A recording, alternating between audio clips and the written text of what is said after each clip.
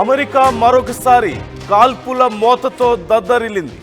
New York సిటీలోని central మాన్హటన్లో భారీ fire జరిగింది. న్యూయార్క్ పోలీసుతో సహా మొత్తం 4 మృతి చెందినట్లుగా తెలుస్తోంది. కాల్పులు జరిపిన వ్యక్తి లాస్ వెగాస్కు చెందిన 27 ఏళ్ల షేన్ తమర్గా గుర్తించారు. ఎదురు కాల్పుల్లో నిందితుడు మరణించినట్లుగా తెలిసింది. పోలీసులు దీనికి సంబంధించి డీటెయిల్స్ వెల్లడించారు. ఫైర్ చేసిన వ్యక్తి ఫ్రీ పాలస్తీనాకు అనుకూలంగా నినాదాలు చేశాడు అంటూ కూడా స్థానికులు చెప్తున్నట్లుగా సమాచారం. ఈ పార్క్ అవెన్యూ స్కై స్క్రాపర్లో ఒక పెద్ద బిల్డింగ్లో ఈ కమర్షియల్ స్పేసెస్ని ఇచ్చేటువంటి ఒక భారీ బిల్డింగ్లో ఈ ఫైర్ జరిగినట్లుగా తెలుస్తోంది.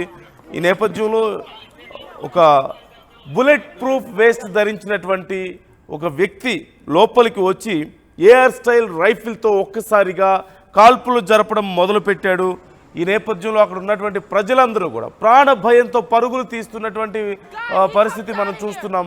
చాలా కంపెనీలకు సంబంధించినటువంటి ముఖ్యమైనటువంటి బ్యాంకులు, కంపెనీలకు సంబంధించినటువంటి కార్యాలయాలు ఆ బిల్డింగ్లో ఉన్నాయి. పెద్ద ఎత్తున జన సమూహం కూడా అక్కడ ఉంటుంది. అయితే అక్కడికి బుల్లెట్ ప్రూఫ్ వేస్ట్తో అంటే బుల్లెట్ ప్రూఫ్ జాకెట్ ధరించి వచ్చినటువంటి ఒక వ్యక్తి 27 ఏళ్ల వ్యక్తి అక్కడికి వచ్చి వారి మీద కాల్పులు జరపడం మొదలుపెట్టాడు. ఈ నేపథ్యంలో ప్రజలందరూ కూడా తీవ్ర భయాందోళనకు గురయ్యారు. వెంటనే పోలీసులకు సమాచారం అందించారు.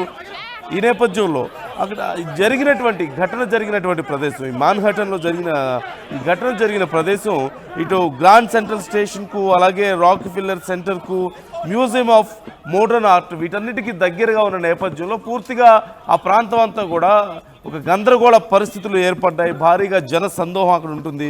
ఈ కాల్పుల్లో 4 మరణించారు.